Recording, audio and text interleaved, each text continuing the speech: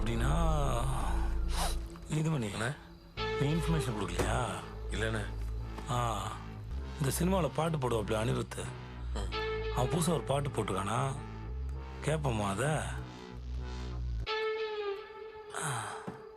கேளு. அண்ணா பவானி நாள் குடிச்சிட்டானே, அடுத்த ஸ்கெட்ச் உனக்கு தான். என்னடா 2 பொண்டாட்டிக்காரா? ஏதாவது உன் குரலா இல்லை உனக்கு கூட எவ்வளோ மிமிக்ரி பண்ணிட்டானா? கூப்பிட்டியா பவானி? பசங்களுக்கு எல்லாம் கரெக்டாக போதோ இல்லைன்னு பார்த்துக்கோ. 3 வேளையும் சாப்பாடு போதோ இல்லையோ, சரக்கு டோப்பு எல்லாம் நிற்காம போகணும். சரி பவானி, நான் பார்த்துக்கிறேன். இதில் விட்ட நீ எடுத்து கொடுத்த தாலியை நீயே இருக்கலாமாண்ணே?